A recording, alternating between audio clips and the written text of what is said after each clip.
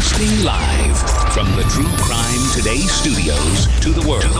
This is Murder in the Morning with Tony Bruschi and Stacey Cole. From the Hit Killers Podcast, Murder in the Morning. It's starting to sound like a reality show. What's going on in the Metropolitan Detention Center in Brooklyn with Diddy.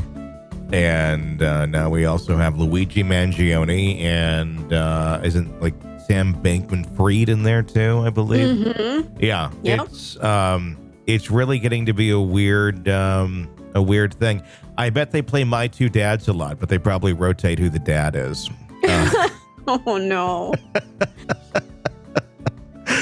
5 people remember My Two Dads? Paul Reiser and the guy that looked like George Michael. Yep. Totally remember that.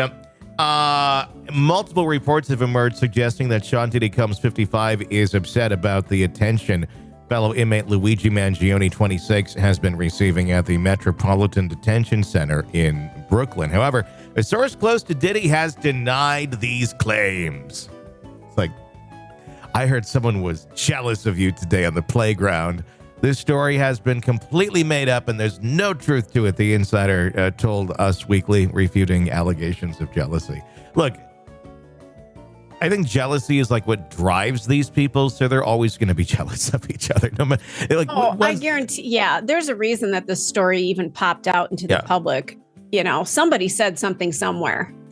Yeah, it's the battle of the bad boys now, I guess. One has, always claimed it, and that's his mantra. And then the others, kind of fell into it or took themselves into it with their actions.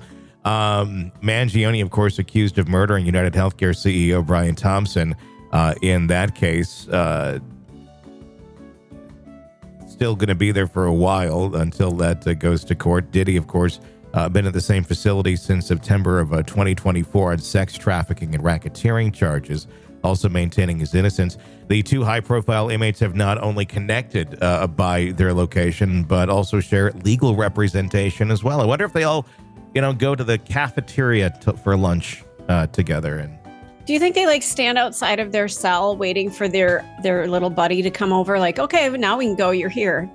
Why were you late? I wonder. It's just cute. It's just a weird. It's got to be a weird thing to watch in there right now. Mangione recently retained Karen Friedman Agnifilo to represent him in New York, while Diddy's defense is being handled by her husband, Marc Agnifilo. Spokesman for Agnifilo Intrater LLP confirmed Mangione's legal representation, but stated that no further comments will be made at this time. Both men are. That's got to be interesting bedroom talk. in that marriage, like one has all the Diddy, it would be the best true crime show in the world if they could mic those conversations, because one is it all of it on Diddy and the other one has all of it on Mangione. That would be very the 2 biggest cases in the United States right now, really. Yeah, exactly. The food is inedible, from what I've been told, Agnifilo said in a September 24 interview after Diddy was denied bail. It's violent. Someone like Mr. Combs might be a target for certain things. You think? We can't let that happen. Despite 4 separate bail appeals, Diddy remains detained and denied. Former inmates have also described the Metropolitan Detention Center in grim terms. One individual who spent 3 months there in 2019 called it a terrible, horrible place with no air circulation and subpar food. And honestly, some of there's all this complaining, this is horrible, and you know what? It kind of is. We should be doing a little bit better if you're really in that type of a situation where it becomes cruel and unusual. But they're horrible people. Well, they're in jail. They haven't had a trial yet. And yeah, you can easily argue it for Diddy and, of course, Mangione and such, but people do come out of that found innocent out of that jail as well. They had, and at the end of the day, then they did not deserve to be basically tortured for however long they had to sit in there. We should be upping our standards on that a bit. Not asking for anything special, but let's not treat it like, basically a step above a concentration camp. Well, but let me ask you this. Okay. So take a look at your normal, average, everyday middle-class citizen, and then you put them up against Diddy, and then take them to a cafeteria. One person's going to go, this is okay. I mean, it's not great, but I can eat this. And someone like Diddy, who's probably got 7 or 8 personal chefs, sure, and can eat anywhere he wants to, anywhere in the world until all of this happened. This would be absolute inedible food. I don't really give a shit about the food. Like, if it's keeping you alive and it's remotely nutritious, that's not my concern. It's more so like there's no ventilation, and where it like literally becomes a health hazard at some point. I mean, and you're not. You get everybody super uncomfortable and feeling real shitty in horrible conditions, and they're already prone to violence. You know what that makes? It makes them more violent, which actually in turn makes life harder and more difficult for whoever's trying to run the damn facility. So you make it a little more just at a level of decency for human life, and you probably would cut a lot of that shit down too. I think we've got a prison problem in this country. I know John Oliver has covered many situations where the privatization of prisons, it's a money-making business. And I get it. Everybody deserves to earn a living here, but to profit off of people who are incarcerated, something about it just doesn't feel right to me anyway. With very little oversight. And that's where the problem is. I'm fine if you want to make some money somewhere along the way.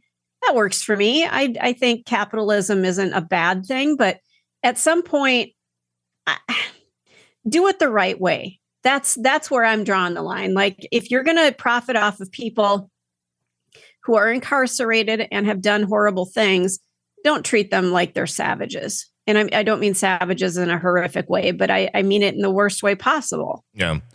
In that connotation. The business world in a capitalist society will do whatever the rules allow them to do, and usually push them a bit. But that's the thing. We've allowed for this sort of thing to take place. Not saying that state prisons were all that much better. In fact, a lot of times worse. But yeah, we do have a prison problem. We have a problem with so many things here because of lack of any sort of competent oversight. And just everybody getting too comfy in their positions, and then things go to shit quickly, or they're not staffed enough, or there's not enough funding, or this or that. There's a lot of problems. Takes us back to the other inmate who's there, doesn't it? Which one? Luigi. Yeah.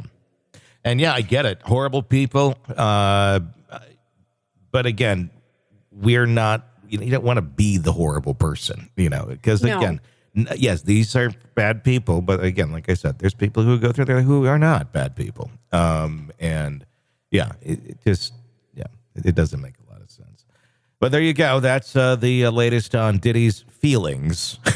In case right. You were wondering. You're neck deep in a dark, twisted tale. And just as the tension peaks, bam, a commercial about some miracle diet pill breaks the spell. It's like finding a fly in your soup after the first bite. But here's the fix. True Crime Today Premium Plus on Apple Podcasts. You get to enjoy your crime stories without the junk. Ad-free episodes, extended interviews that go beyond the surface, and early access to all the gruesome details. It's like swapping out a can of cheap beer for a glass of fine whiskey. So search for True Crime Today Premium Plus on Apple Podcasts. Subscribe and keep the darkness flowing uninterrupted.